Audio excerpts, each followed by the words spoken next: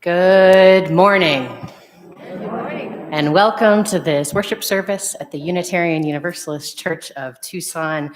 For those of you who don't know, I am Reverend Bethany Russell Lowe, and I have the great pleasure of serving as minister of this congregation.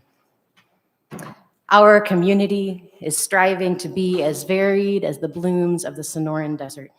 Whoever you are, whoever you have been, and whoever you are in the pathway to becoming, I invite you to bring your whole self here and now. I extend a special welcome to any visitors this morning. If you're joining us online, I invite you to fill out a guest information card. Mary Weiss, our administrator, will post a link to that in the YouTube chat right now. And if you're here in person and missed it on the way in, there are some clip boards with bright yellow sheets on them that you could fill out. That's the same guest information card. And here we are a covenantal community, which means that we make promises about how we will be with each other, how we will treat one another. And in these continuing times of pandemic, wearing masks, except when one person is speaking or singing, practicing some measure of social distance, and getting vaccinated are all part of our covenant with one another. So if you are attending worship here in person with us, our hope is that you are vaccinated. If you have some type of medical exemption from your doctor, you and I can have a chat. That's okay. But if you are unwilling to be vaccinated, we hope that you will join us online in the future. We will meet on Zoom for social hour after the service. See the e-blast for more information. And there's no singing on the patio today for those of you here in person, but if you would like to stay there for some fellowship time, you're welcome to stick around. You don't have to flee right after worship. This is our fourth indoor in-person worship in many, many months. If you would like to join us next week, check this email for a link to sign up for next week. If you can't find it in an email, just go to the church website, and there's a link near the top that says Sign Up Genius, because that's the form we're using to sign up, and you are welcome to come next week. In the past, we encourage people to kind of do come a week, stay home a week, come a week, stay home a week. We're at the point now where we're allowed to have enough people in here. Go ahead and sign up every week if that's what you'd like to do, joining us here in person. And if you're joining us online, we know you're there. Keep on joining us online. And it is stewardship season. Celeste will get, yes, there's much excitement for stewardship. Celeste will give me a testimonial later as part of that. But I'll announce this morning that we have gathered just over $133,000 in pledges from 59 pledging units. So we're in an okay place. We're not in a great place. We're not in a terrible, terrible place. But we do need your pledges. So if you're here in person or if you're there online and you have not pledged yet, please do send in your pledge. Again, if you go to the front page of our website, in the right sidebar, there's a link to pledge. And we hope you will pledge for the 22-23 congregational year there. If you're here in person, we do have some physical pledge cards, and there are a few members of our pledge team here. Could you put your hand up if you're a member of the pledge team and might be able to take a card? Carolyn Saunders, Beth Britton, Frank Valdez over here, and Susan Calls in the back, although she's not very willing to put her hand up, but she could also take your pledge card. And later in the service, for those of you at home, or if you're here in person, we will all need a square-ish piece of paper. It's great if it's perfectly square. If it's not, we can work with it. So if you're at home, any paper will do. Scrap paper, if you've got some origami or folding paper, that's what we're using here in person. And if you're here in person, you didn't grab that on your way in and weren't given it, at some point before the end of the service, go back to the ushers and they can give you the kind of packet of things you'll need. And this morning, I have the great pleasure and honor of serving worship with one of our community-affiliated ministers, Reverend Linda Bunyard. Many of you know or have seen Reverend Linda, and if you haven't, I hope you'll introduce yourself or contact her some other way online. Reach out after the service. And I've invited Reverend Linda to lead worship with me because I have been the personal recipient of her healing music ministry. And I wanted to extend that gift, real gift, to you all.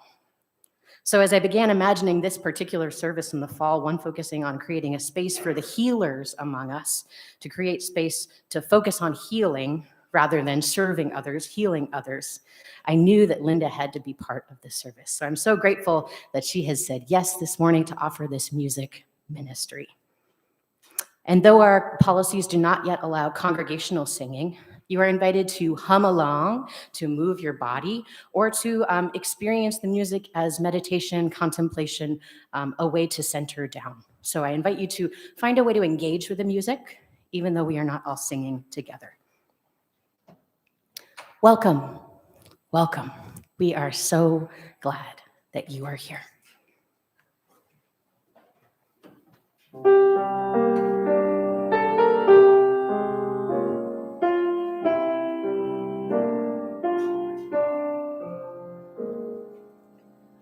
I am worn, I am tired, in my quiet sorrow.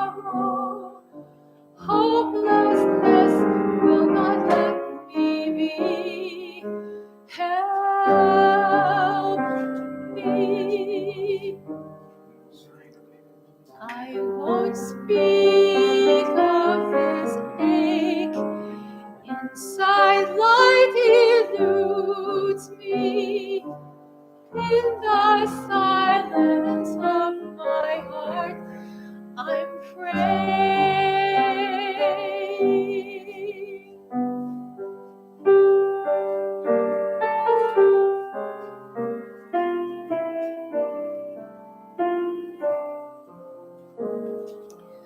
I keep on day by day, trusting light will guide me. Will you be with me through this time, holding me? I hope when I fear, holding on, believing. Deep inside I pray I'm strong.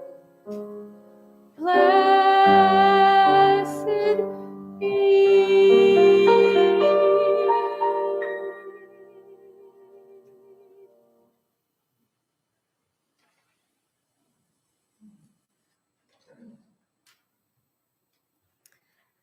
These words for our call to worship come from Reverend Joan Javier Duval.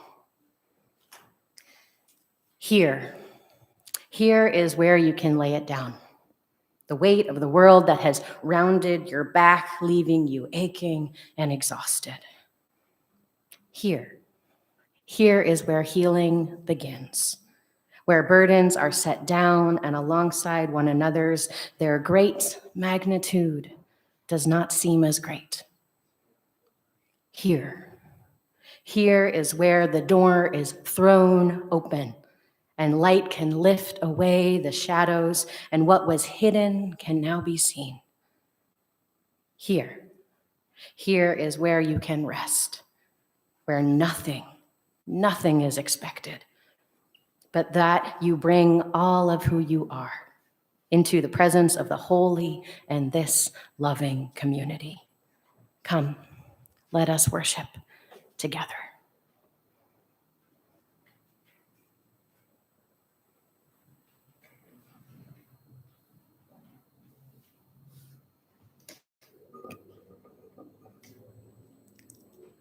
If you are joining us on the live stream and have a chalice or candle nearby, I invite you to light it now as Reverend Bethany lights our chalice here in the sanctuary. And let us read together these chalice lighting words from Reverend Leslie Takahashi. All that we have ever loved and all that we have ever been stands with us on the brink of all that we aspire to create. A deeper peace, a larger love, a more embracing hope, a deeper joy in this life we share.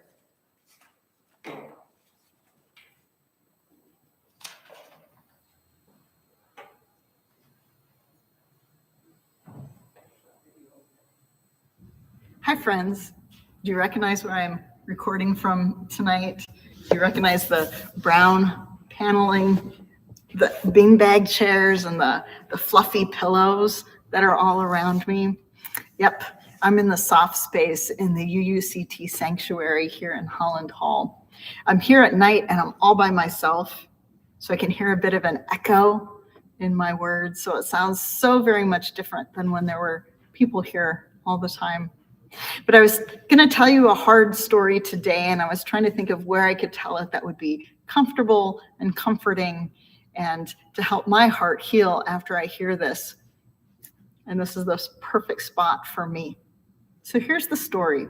This is the story about a young girl named Sadako. She was born in Hiroshima, Japan, and she was 2 years old when a bomb dropped on her city and decimated the city. Eleanor Kaur tells us the rest of Sadako's story. It goes like this. On that day in 1954, Sadako woke up her brothers and her sisters by saying, "Get up, lazy bones, it's peace day."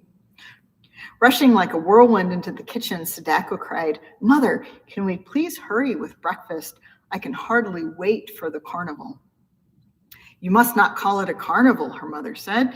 "It is a memorial day for those who died when the atom bomb was dropped on our city. Your own grandmother was killed, and you must show respect."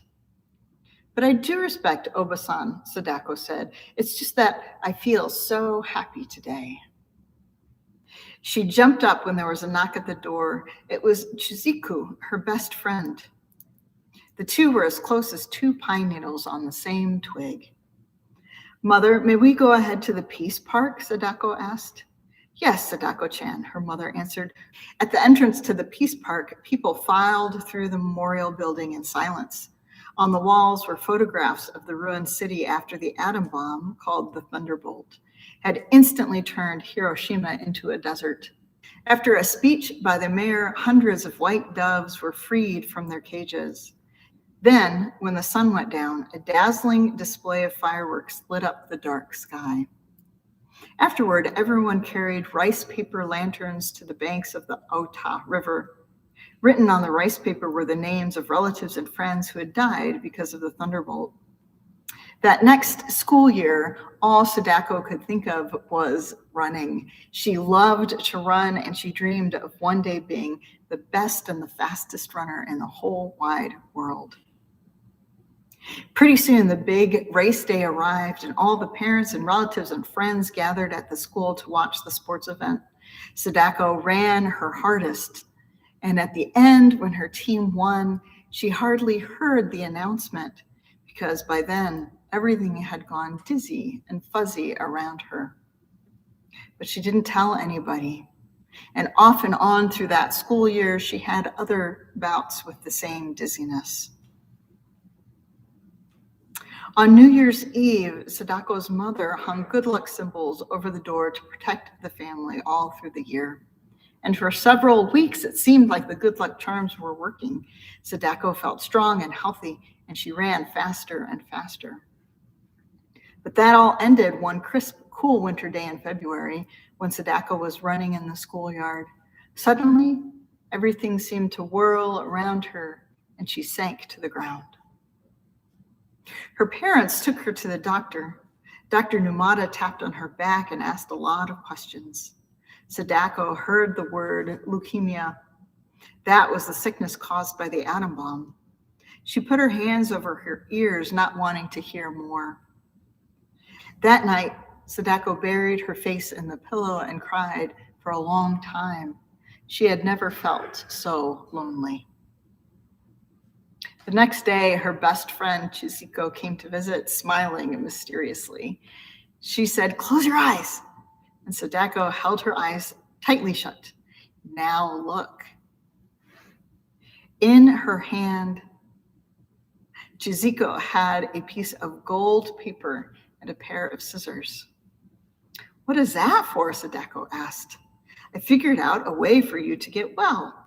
Then Chizuko cut a piece of gold paper into a large square and folded it over and over until it became a beautiful swan. Sadako was puzzled. But how can a paper bird make me well?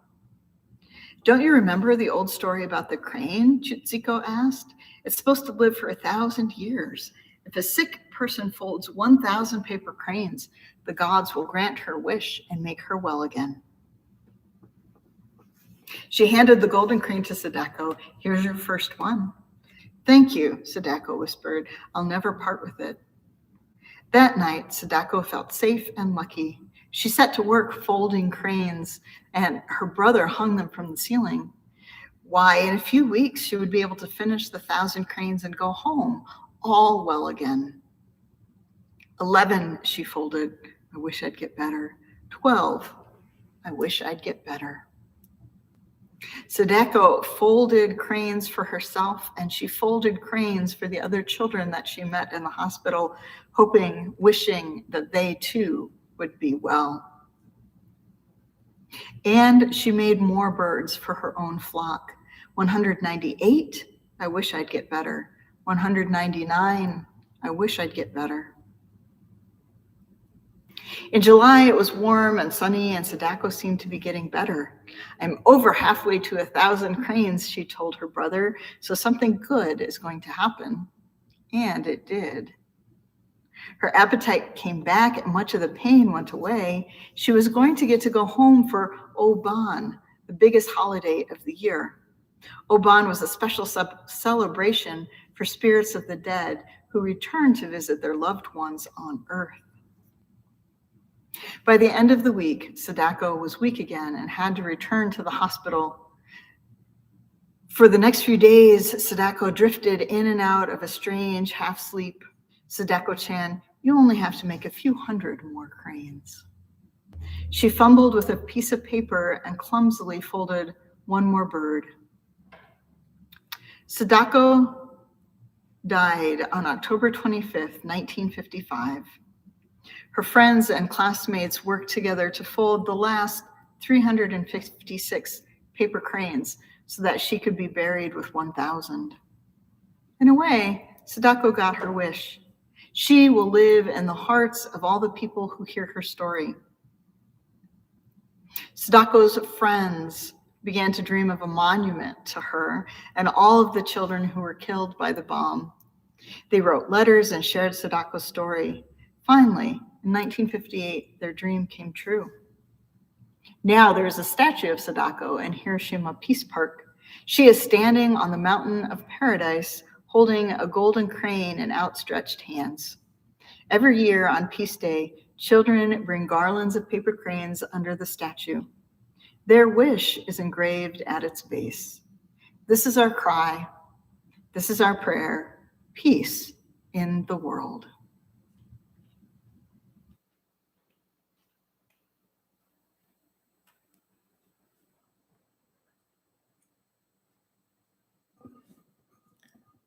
Thank you for that beautiful story, Jamili. Why do I give to this church? My family attended church every Sunday. I learned at an early age that members were expected to contribute their time, talents, and treasure to support the work and ministry of the church. My dad was a soloist in the choir for 50 years, and my mom served as a deacon, Sunday school teacher, and treasurer for the I Do class, the adult Sunday school group they attended. I remember my sister and I helping Mom wash communion cups after church and going with my parents to deliver food baskets for the needy. I began singing in the children's choir when I was in grade school and later sang in the youth and adult choirs. My sister, brother, and I were given envelopes every Sunday to put money in the offering basket. And even though they didn't make a lot of money, my parents made a significant financial pledge to the church every year. I drifted away from the church of my childhood when I was in my early 20s and no longer considered myself a Christian. I was pretty sure I would never feel comfortable in a church again. And then one Sunday morning in 1986, I was invited to a service at All Souls Unitarian Church in Colorado Springs. I was skeptical at first, but when I walked into that church, I felt like I'd come home. It was the first time I'd ever heard a woman minister preach, and I felt like she was speaking directly to me. I heard Spirit of Life for the first time that day, and it moved me deeply. And so began my journey as a Unitarian Universalist. I had finally found a spiritual home where I felt supported and accepted just as I was, where I could find connection and community with other spiritual travelers who no longer felt welcome or comfortable in the churches they grew up in. A home where I could grow as a spiritual person, put my faith in action by supporting social justice causes, and have opportunities to sing and serve. I joined UUCT around 2008. It was a difficult and painful time in my life. This church community became a lifeline for me then and has continued to be one. UUCT has faced many challenges and changes in the 14 years I've been a member, none as great as those of the past 2 years. Together, we strive. From the moment this church was forced to shutter its doors during the early days of the pandemic, we strive to stay connected with each other through phone calls, Zoom meetings, and collaborative online worship services with the Baja Four. We strive to find new ways of providing worship, music, and support for each other. We are now striving to create innovative hybrid worship services to serve the needs of all of our members and figuring out how to be with each other safely in person again. We have survived these past 2 years of the pandemic together. This church has stayed afloat financially and continued its ministry because of the generous contributions of time, talent, and treasure from its members. Even though I am not able to contribute much in treasure, I have continued to support this church in whatever way I can. I need this church because it has helped me survive these difficult times. Together, we thrive. It is so good to be together in person with many of you here in the sanctuary today as we enter a new phase in the life of this congregation. We were a thriving congregation in the before times, and we will be again. I believe this congregation has become stronger because of what we have been through and what we have accomplished together, despite the challenges. Together, we have raised enough money to provide the bricks and mortar needed to make our sanctuary more welcoming and accessible. Together, we can support the programs and the people who lead them so we can really grow and thrive. I am increasing my pledge this year and hope that you will do so too. Your gift is important, no matter how large or small it is. Together, we pledge to make it so. Now, an offering will be collected to support the life and work of our congregation. If you are joining us on YouTube, you can send a check to the office, give online at uuctucson.org/donate, or text 833-361-5796. If you are here in person, the offering baskets are by the patio doors. You can put your donations in them now or on your way out.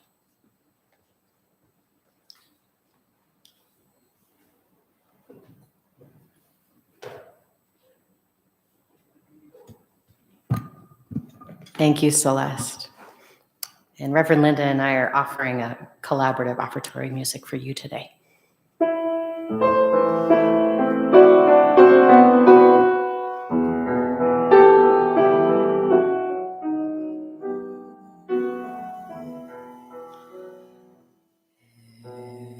Eli, Eli,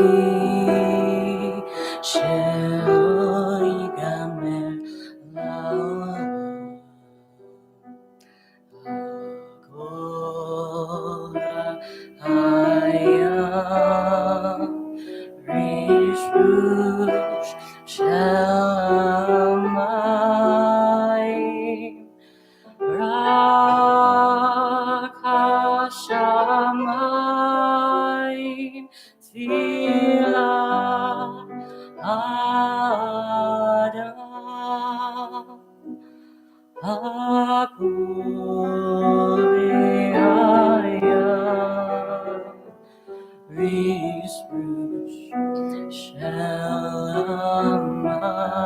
Shalamayim Biragashamayim Tfilat Adam.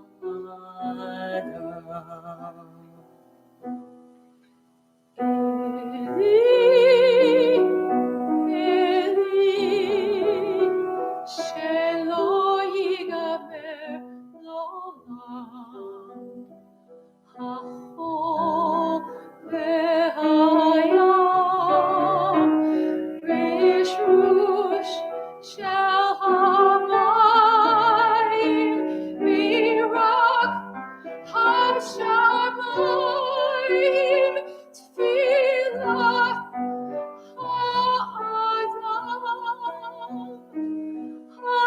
ha'chol ve'hayam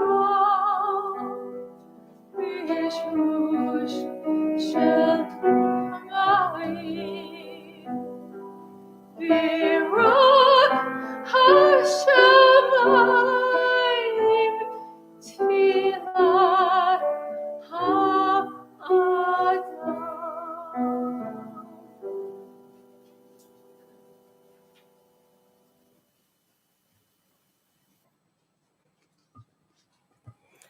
Thank you, Reverend Linda.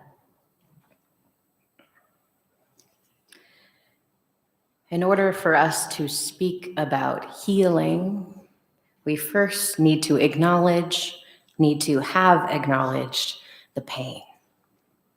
This is particularly true for people with marginalized identities whose pain often goes unnoticed or is called inevitable in a patriarchal, white supremacist culture, heterosexist society. Reverend Adam Lawrence Dyer reminds us of this need to stay with the acknowledging of the pain in his poem, Healing, which I will soon read. And after this poem, we will hear Reverend Linda play and sing, Sometimes I Feel Like a Motherless Child. This hymn is a spiritual that arose out of the experiences of persons who were enslaved in our country. This hymn is of deep, deep mourning, written from the experience of people who were being treated as less than human. This reading and this hymn ask us, demand that we get uncomfortable with the conditions that led to this pain and to sit with rather than turn away from that discomfort. So listen in, invite in that discomfort in yourself. Healing by Reverend Adam Lawrence Dyer from his book, Love Beyond God. Don't speak to me of healing racism or wounded souls or the painful hurt until you are willing to feel the scars on my great-great-grandmother Lori's back. Don't speak to me of values or justice or righting wrongs until you are able to feel the heartache of my great-grandfather Graham, whose father may have been his master.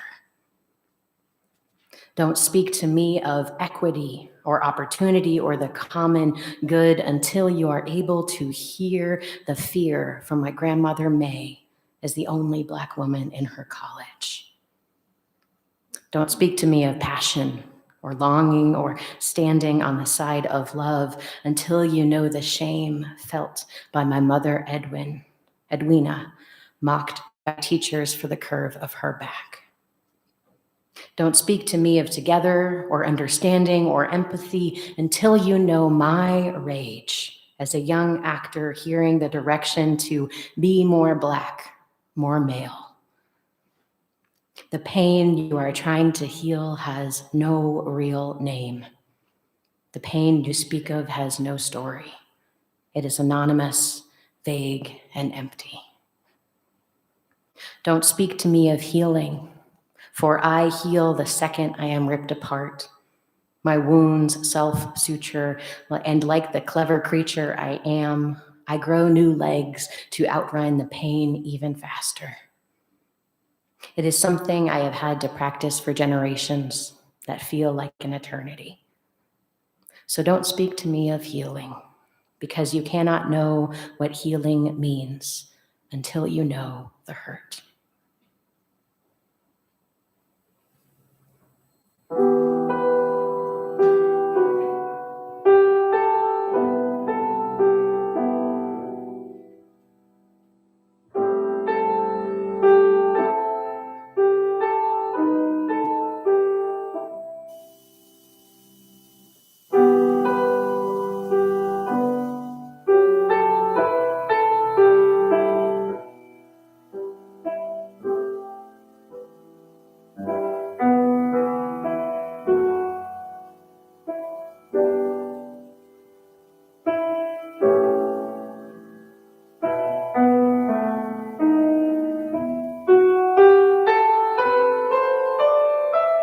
Sometimes I feel like a motherless child.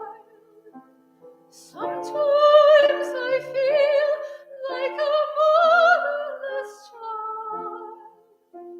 Sometimes I feel like a motherless child.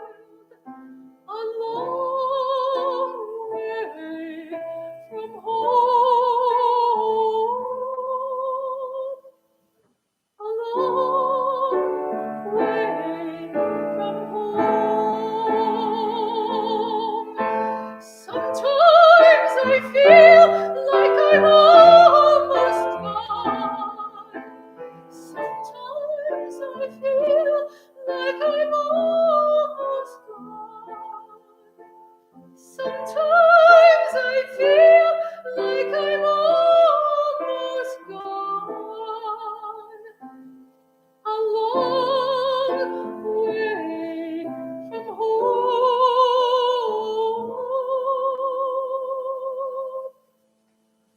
A long way from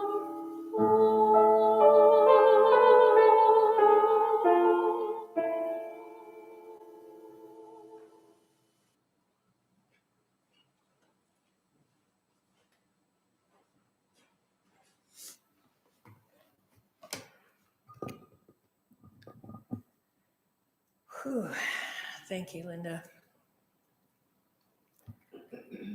What They Did Yesterday by Warson Shire. They set my aunt's house on fire. I cried the way women do on TV, folding at the middle like a 5-pound note. I called the boy who used to love me, tried to okay my voice. I said, hello. He said, Warson, what's wrong? What's happened? I've been praying, and these are what my prayers look like. Dear God, I come from 2 countries. One is thirsty, the other one is on fire. Both need water. Later that night, I held an atlas in my lap, ran my fingers across the whole world, and whispered, where does it hurt? It answered, everywhere, everywhere, everywhere.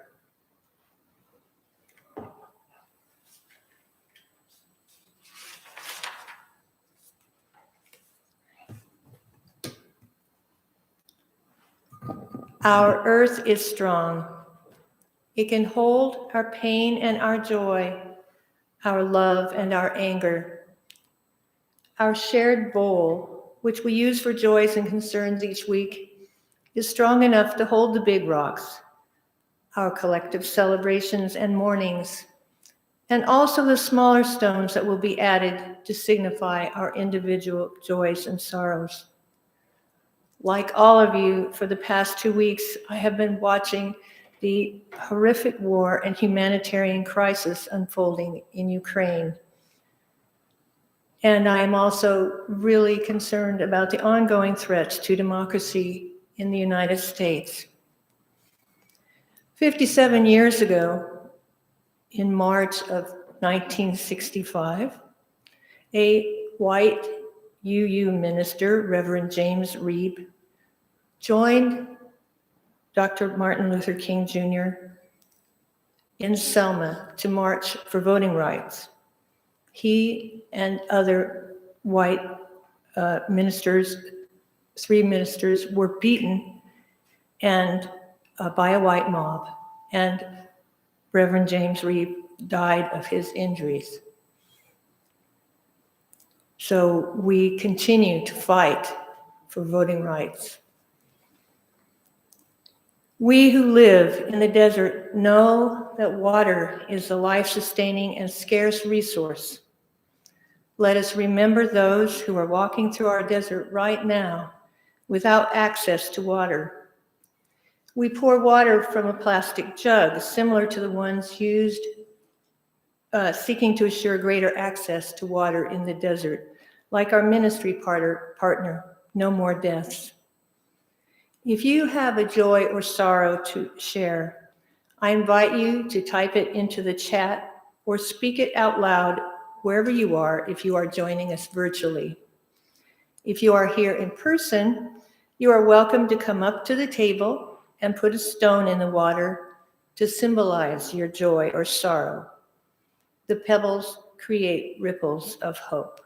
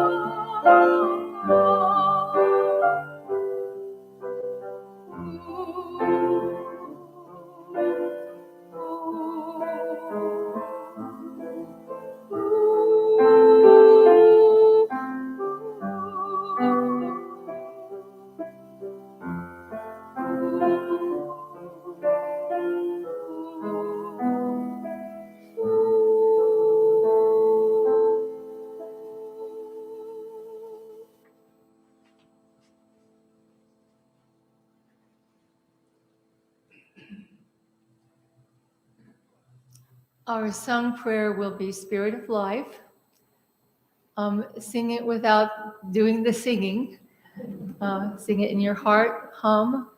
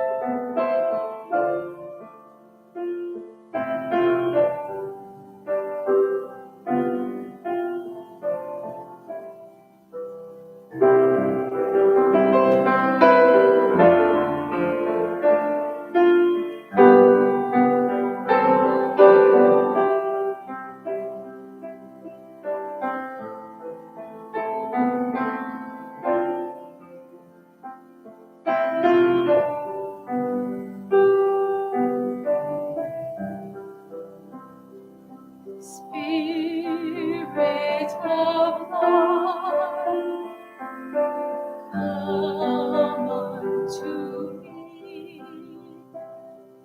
Sing in my heart all the stirrings of compassion. Blow in the wind, rise in the sea, move in the hand, giving life the shape of justice.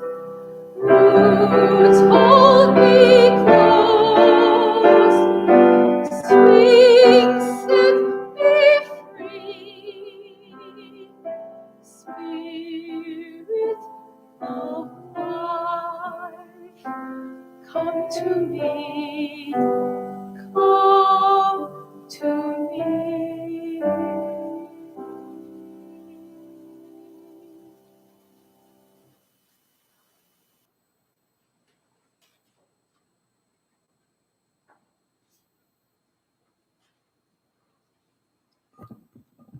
This reading is titled Slower and Slower by Reverend Mark Bellatini. Let the difficulties of the week take their Sabbath now, their brief and simple rest. Let the worries of the week lay their heft gently onto the dark earth below this carpeted floor, which can bear them with greater ease than any one of us can by ourselves. Let the tangle of feelings, the pull and push of these last 7 days sit still for a moment. Stop writhing in my heart and move no more than a Buddha at rest under a tree.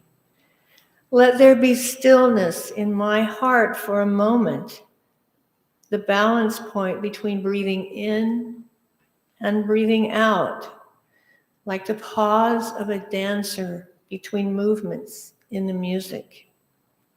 Let the breathing in this room be free and flowing. Let pulses trance a slower rhythm in the wrist. Let the coming silence be like hands pulling back a curtain, revealing the table set with the feast of life, which is present here and now, and has been the whole while. Present to those who give up living in either the past or the future.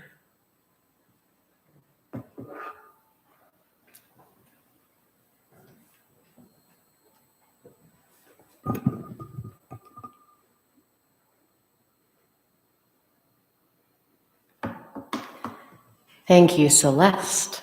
and Reverend Linda for your worship in co-collaborating today. This is that moment, folks at home, folks here, when we'll need a square-ish piece of paper. If you don't have one here, go ahead, raise your hand. I bet our ushers are awesome enough to be able to deliver you the packet of things. Ushers, is that okay? They're going to work already, so I think it is. If you're at home, you can get a square-ish piece of paper while I give this preamble to the using of square-ish pieces of paper.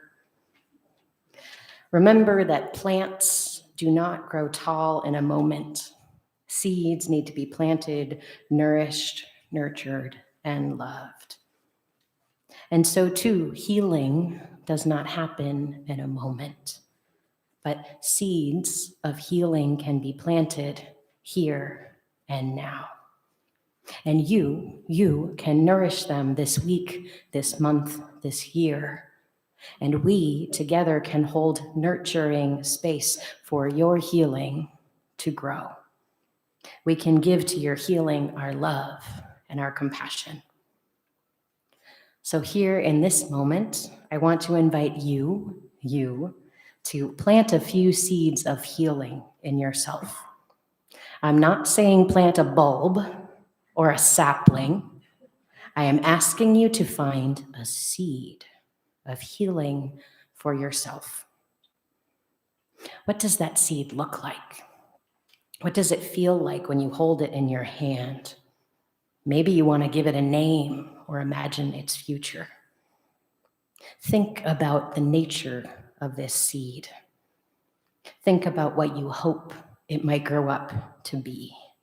Be open to it growing into something different. When you're thinking about that seed, I invite you now to take that squarish piece of paper, turn it to the side you like less, and draw a picture of that seed, or maybe say a few words about what that seed is if you don't feel like drawing. If thinking of a seed of healing for yourself is not working this morning, or it's too hard, or it's too easy, you could think of a seed of healing for the world. You could have 2 seeds on this piece of paper if you want. After you have drawn a picture of that seed, written a few words about it, I'll give 30 seconds to 60 seconds for you to do that. We are going to make origami cranes out of that paper, like Jamili talked from the story Jamili told us earlier. Once we have folded our cranes, and there'll be instructions, we have a YouTube video that will show you how to do this quite slowly. Once you have folded your cranes, those gathered here in person can bring them up to our Joys and Sorrows table and put them here. And if you're with us at home, I invite you to bring your crane here at some point this week. If our office is not open, that crane should be able to just squish a little bit and fit right through the mail slot, and you can leave it there. And we will use them in worship next week. So I'm going to give you 30 seconds. And AV team, can you count 30 seconds and then start showing the video? So write or draw or say words about that seed on this side of the paper you like less, and then get ready to follow some instructions.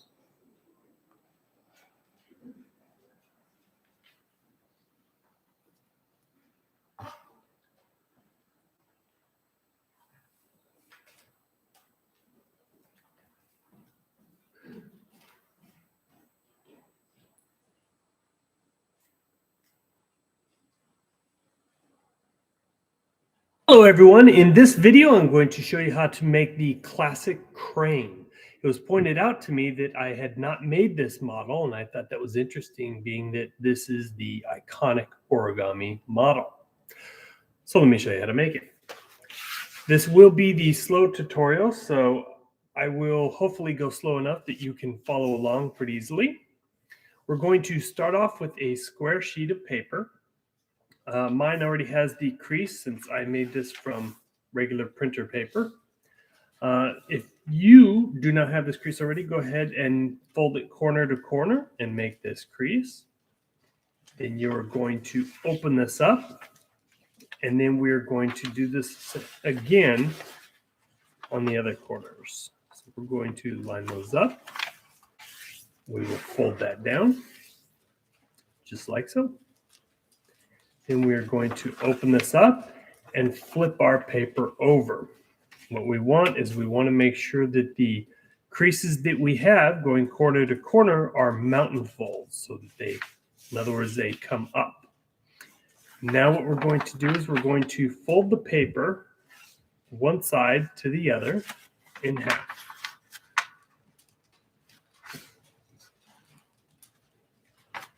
Make sure we're lined up good, and we crease it down. Then we're going to open it, rotate it, and do the same thing on this side.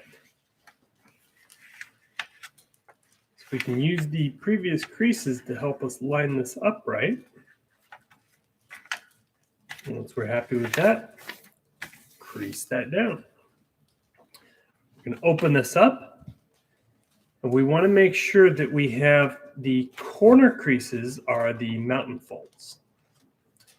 What we're going to do is we're going to grab these corners, we're going to bring them in and fold them down to the bottom corner, and then fold down the top.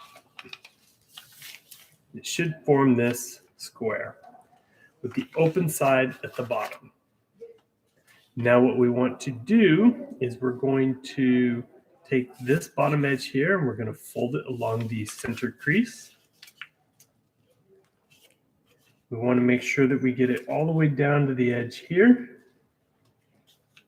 When we're happy with that, we will crease that down. We're going to do the same thing on this side. We're going to take this edge, fold this along the center.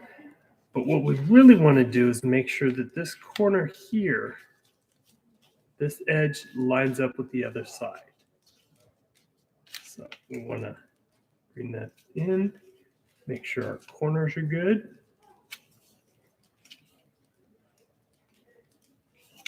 And then crease that down. We're going to use our fingernail and really crease these down good. Okay. And then we're going to open this up. We're going to lift this. We're going to lift this about as far as these creases come together. So right here in this corner where the creases meet, that's about as far back as we want to go. I'm going to take the bottom paper and we're going to fold that in and bring that all the way to the back. And then that should help us to do a reverse fold over here. So we can fold that back. Then we are going to flip this over. We're going to do the same thing on this side. So I'm going to take this bottom edge and fold it along the center crease.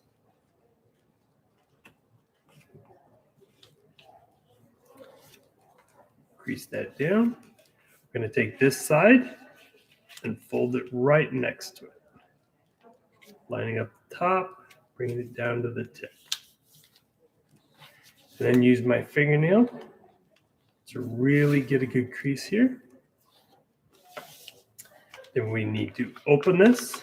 Do we need to back up a little bit? Right Yeah, again. okay. Do you at home Right need to where back those up? We creases here come need to back together. up. We're going AV to fold crew, down is the that bottom. possible? Do you have those if magic I'm going- skills to back us up? How far back? Hold your pieces up and let's see. Before it becomes that shape. 2 minutes? I'm Hello, guessing it's everyone. 2 minutes. We can start at the beginning. That's perfectly fine, I think. Yeah, let's start at the beginning. It told me it was slow, but you know. Hello, everyone. In this video, I'm going to show you how to make the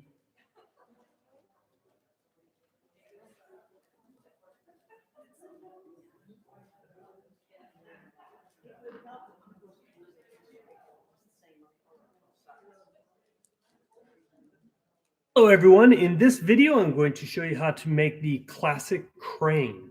It was pointed out to me that I had not made this model, and I thought that was interesting, being that this is the iconic origami model. So let me show you how to make it. This will be the slow tutorial, so I will hopefully go slow enough that you can follow along pretty easily. We're going to start off with a square sheet of paper. Mine already has the crease since I made this from regular printer paper. If you do not have this crease already, go ahead and fold it corner to corner and make this crease. Then you're going to open this up, and then we're going to do this again on the other corners. So we're going to line those up. We will fold that down, just like so. And we are going to open this up and flip our paper over. What we want is we want to make sure that the creases that we have going corner to corner are mountain folds, so that they, in other words, they come up. Now what we're going to do is we're going to fold the paper one side to the other in half.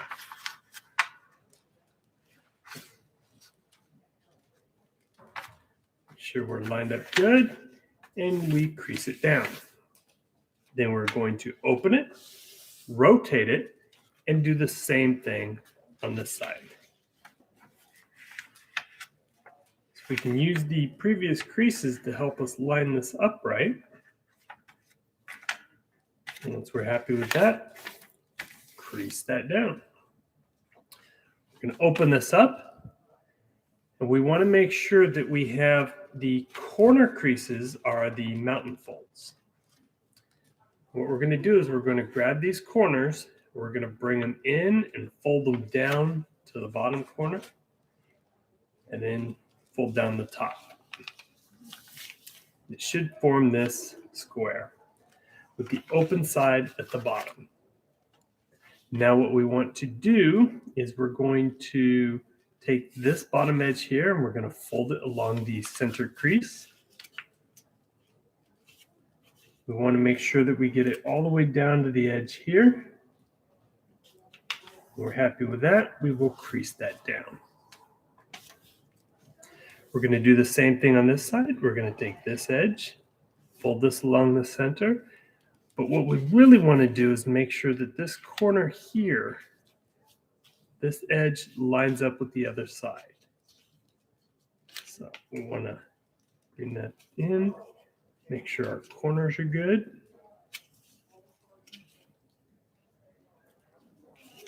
And then crease that down. We're going to use our fingernail and really crease these down good. Okay. And then we're going to open this up. We're going to lift this.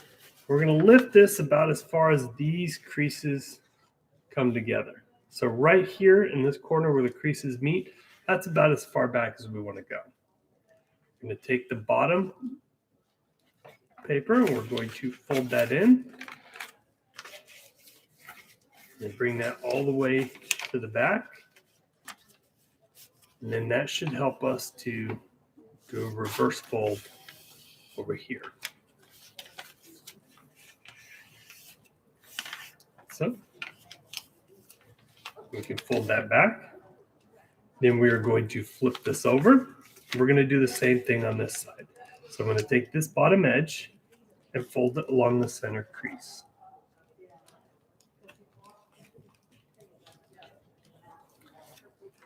Crease that down. I'm going to take this side and fold it right next to it. Lining up the top, bringing it down to the tip. Then use my fingernail to really get a good crease here. Then we need to open this all the way up again, right to where those creases come together. We're going to fold down the bottom. And if I'm going too fast for you, feel free to pause the video until you catch up.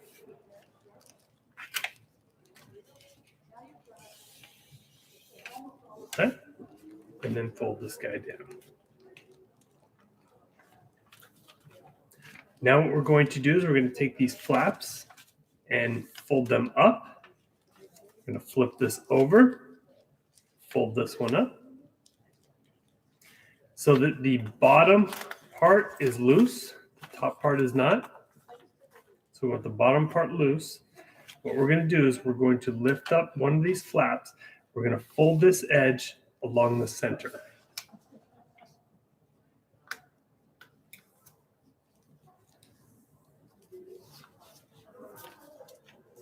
Just like that. We'll rotate it and we're going to do the same thing here. So I'm going to lift up this top flap. I'll fold this down here. If you're lost at home, most of us Crease are that too, down. so don't worry. We're going to flip the whole model We'll be over, sending out and more we're going to do the instructions, but we'll same keep thing on playing in this side. case So there's I'm someone going to take alone this who's edge at home and fold who's it wondering. along the center. I will crease that down, rotate it, and I will do this side.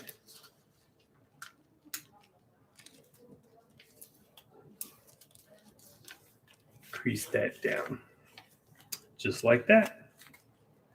Okay, at this point, what we want to do is we're going to take this upper flap here.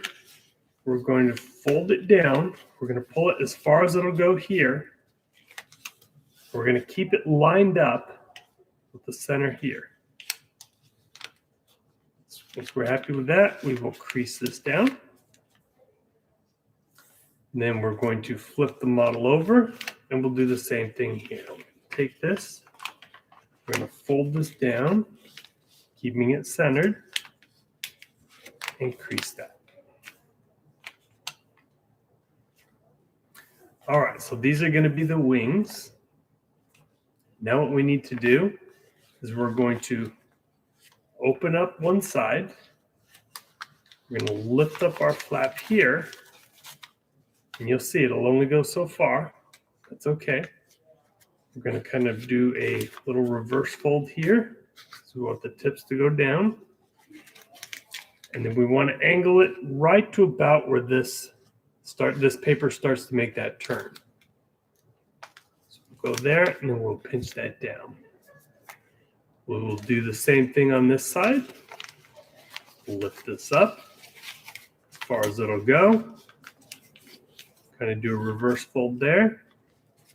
Start to close this, but before we squeeze it down, we're going to line that up. Once we get that where we want, we will pinch that down. Okay, we are actually almost done. What we need to do now is just choose one of these sides to be the head. So we're going to choose this side. So what we're going to do is we're going to take it, just use our thumb at the bottom, split that, hold that kind of even, and pinch it down. Lift up our wings here. And there we have our classic crane. Not a difficult model to make. It'll stand on its own. These are great for big events. They are used a lot in weddings and All right, large we can gatherings, stop black the and video whites. for now. Well, I hope you enjoy this video. You know, I think maybe there's 2 full cranes out here if you're here in person. Maybe there are more there at home, but Jamelia is going to send a link to a video that you can stop by yourself. We can still use them next week. So now the instructions are, no matter who you are, whether you're here in person or there, look at Jamelia's instructions that you'll be able to stop and start yourself and make a paper crane this week. If you'd like to take another paper on your way out, folks, you're welcome to take another piece of squarish paper. Sometimes it's good to have a reason to laugh at ourselves. Hello, everyone. In this That voice is a little bit trauma-inducing for me now, isn't it? No. Our next reading comes from Reverend Vanessa Southern. So much undone, so much to do, so much to heal in us and the world. So much to acquire, a meal, a healthy body, a fit one, a lover, a job, a better job, proof we have and are enough, just around the corner of now. And up against it, the reality of all that falls short and the limits of today, we honor the limits. If your body won't do what it used to do, for now, let it be enough. If your mind won't stop racing or can't think of the word, let it be enough. If you are here utterly alone and in despair, Be all that here with us. If today you cannot sing because your throat hurts or you don't have the heart for music, be silent. The world won't stop spinning on her axis if you don't rise to all occasions today. Love won't cease to flow in your direction.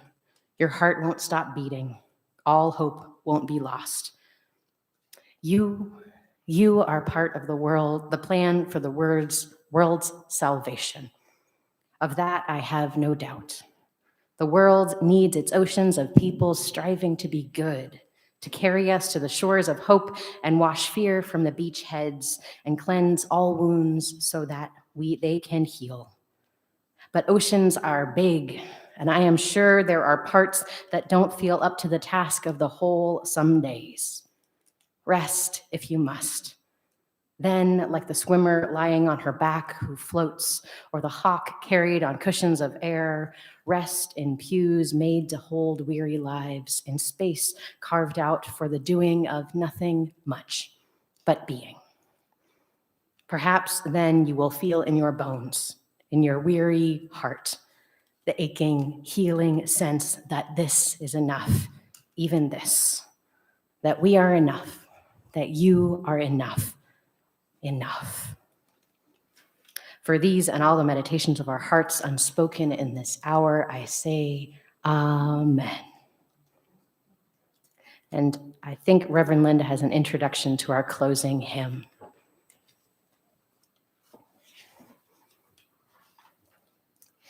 When the hymns for the Singing the Living Tradition was being developed, I was surprised to hear that they were going to have 2 different versions of Amazing Grace. And I just thought, maybe one is going to not have Rich in it or something, so everybody is happy with it. But we ended up with 206, which is Jefferson Cleveland's gospel version. I'm sure you've sung this here before, but for those of you who haven't, I'm going to just begin, and you can come in when you can. Humming.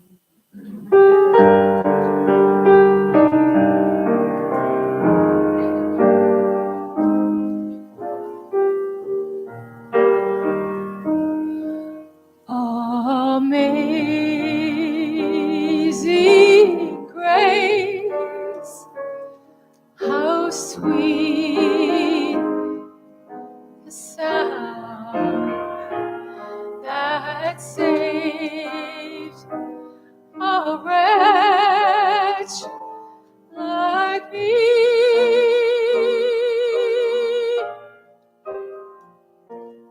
I once was lost, but now am found.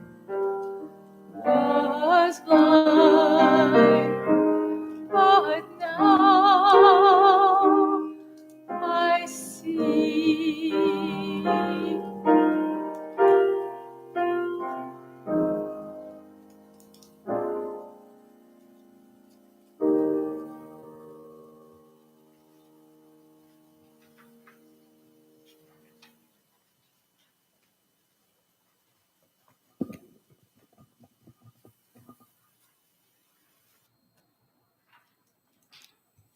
Now, please extinguish your own chalice and candles at home as we extinguish our chalice here in Holland. And please join me in these words for chalice extinguishing from Reverend Maureen Killeran. This is the message of our faith, to act with passion in the face of injustice, to love with courage in the midst of life's pain. This is the meaning of our chalice flame. May it empower our hearts until we are together again.